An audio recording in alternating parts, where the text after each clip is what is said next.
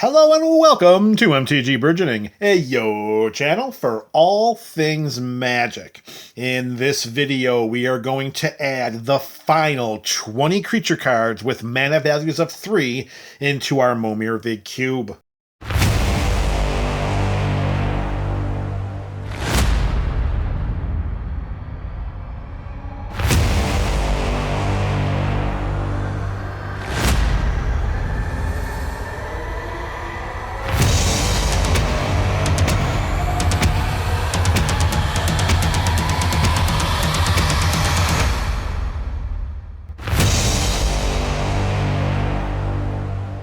What's up, MTG BC? You are the MTG Burgeoning community. Welcome back to another installment of our soon-to-be-ending Momir Vig Cube Series.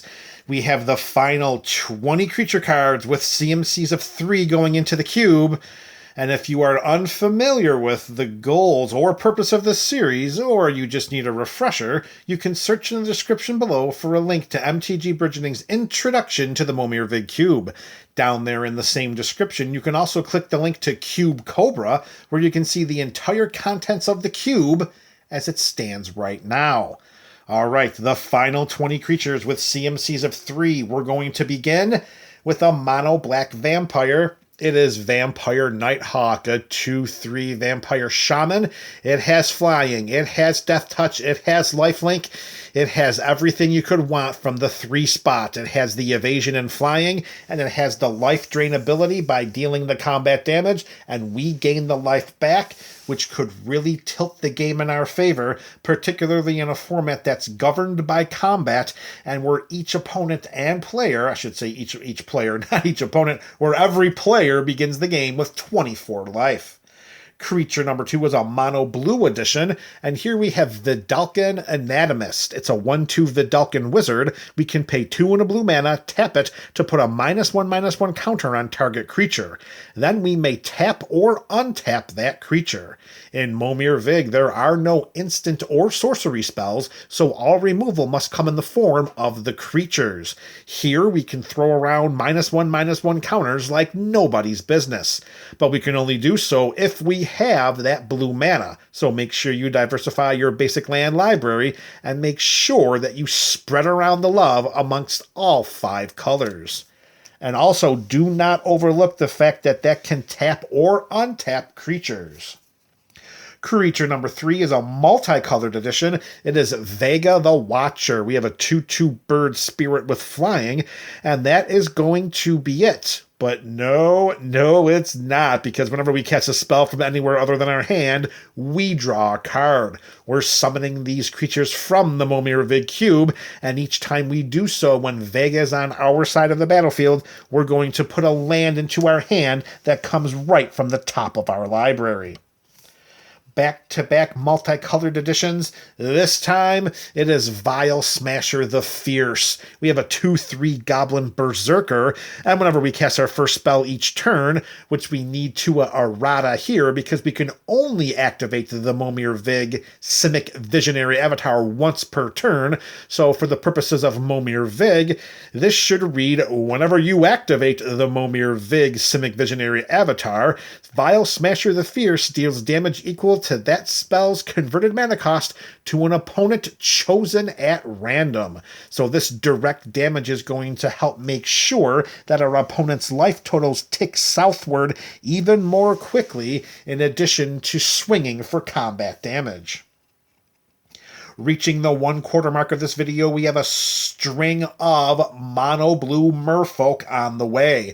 The first is Vodalian Illusionist, back to the days of Weatherlight. It's a 2/2 that if we pay 2 blue mana and tap it, target creature phases out. That means it ceases to exist until the beginning of the creature's controller's next turn. But again, it's an ability that can only be activated if you have those 2 island sources. back-to-back mono blue merfolk were promised, and here is the second. It is Vodalian Knights, a 2/2 with first strike.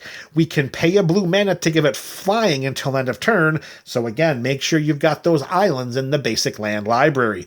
Vodalian Knights may not attack unless an opponent controls at least one island.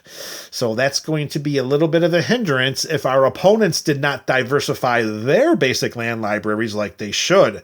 And as an even bigger detriment, if we control no islands and we sacrifice Vodalian Knights. On turn 3, if we summon this from the cube or any other point in the game and we have no islands on our side, well, we pretty much just wasted our turn. And that helps to highlight one of the ongoing points of the Momir Vig Cube. Not every creature in it is uber helpful or uber powerful. Our next creature is a colorless edition. It is Volshock Replica, a 3/1 Berserker. We can pay 1 and a red mana and sacrifice it to have it deal 3 damage to target player. That's nice to have, 1/8 of a player's starting life total can get withered right down by paying 1 and that red mana and sacrificing it, which also could cause all kinds of combat headaches for our opponents. All right, next up, we're back to our mono blue merfolk, and this time it's Wake Thrasher. It's a 1/1, but whenever a permanent we control becomes untapped, Wake Thrasher gets +1/+1 until end of turn.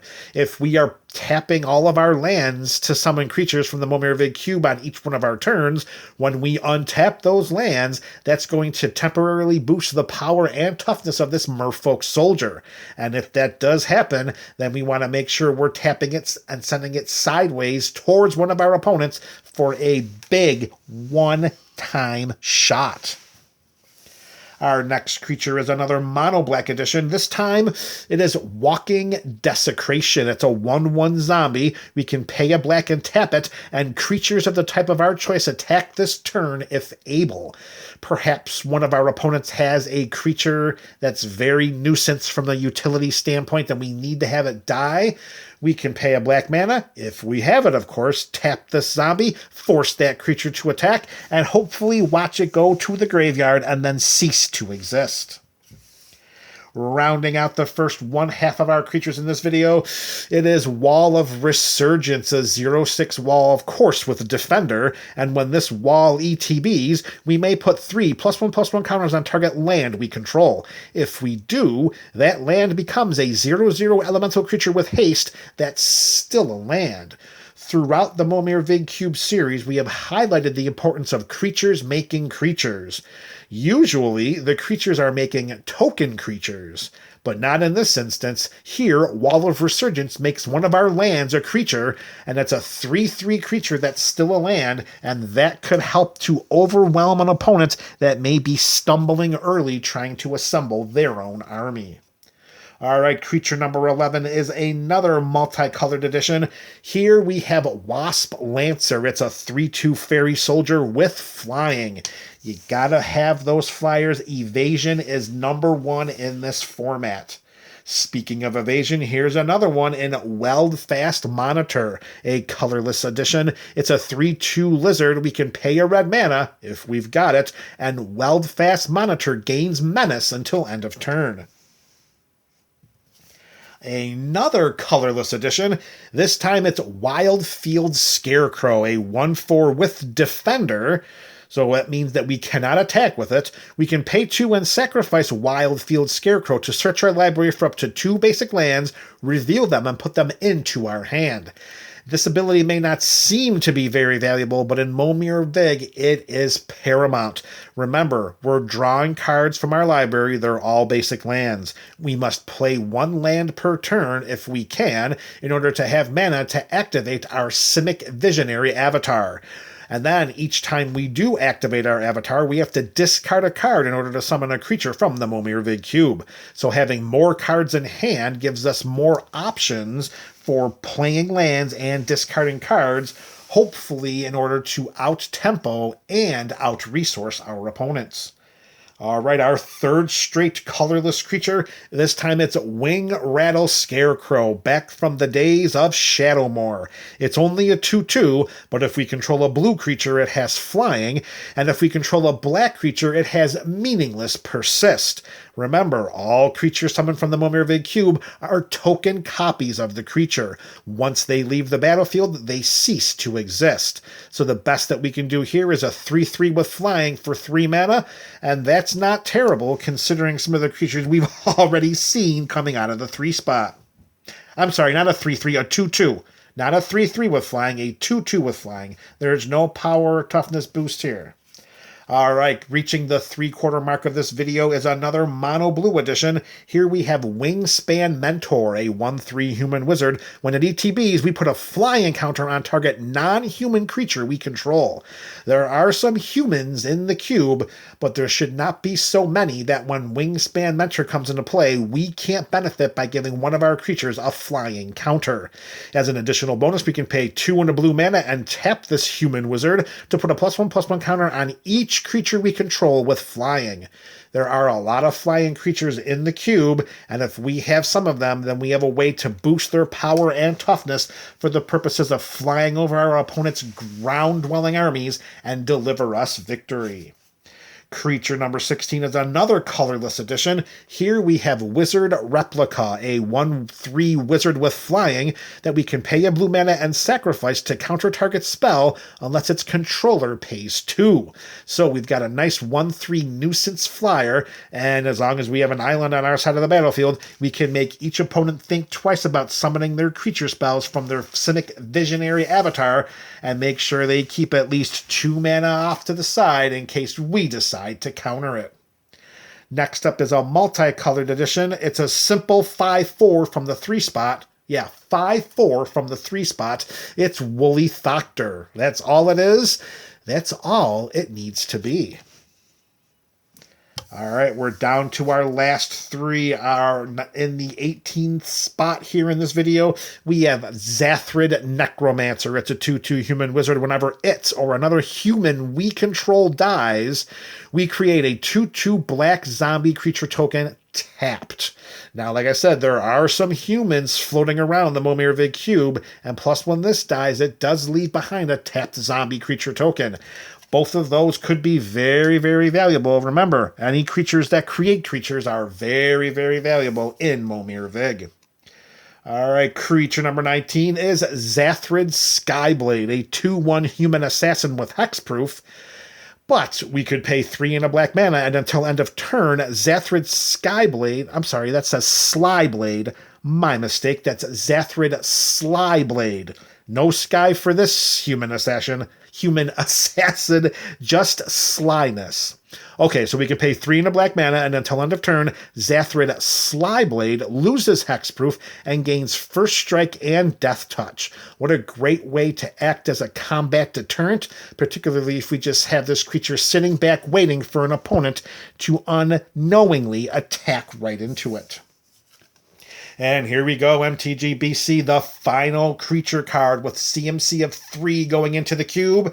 Creature number 200 is Yorvo, Lord of Garenbrig. It's a giant noble that's a 0/0, but it enters the battlefield with 4 +1/+1 counters. Whenever another green creature enters the battlefield under our control, we put a +1/+1 counter on Yorvo. Then, if that creature's power is greater than Yorvo's, we put another +1/+1 counter on Yorvo. Again, we have no way of knowing which creature is coming from the cube, so we can't know for certain if we're ever going to be able to throw any +1/+1 counters around with Yorvo's green-centric abilities, but that's one of the fun parts about Momir Vig. You never know what's going to happen. And there you have it, MTG BC, the final 20 creature cards with CMC of 3 going into the cube. Of these 200 total creatures, which are your favorites? Let me know that in the comment section below. This is MTG Burgeoning, your channel for all things magic.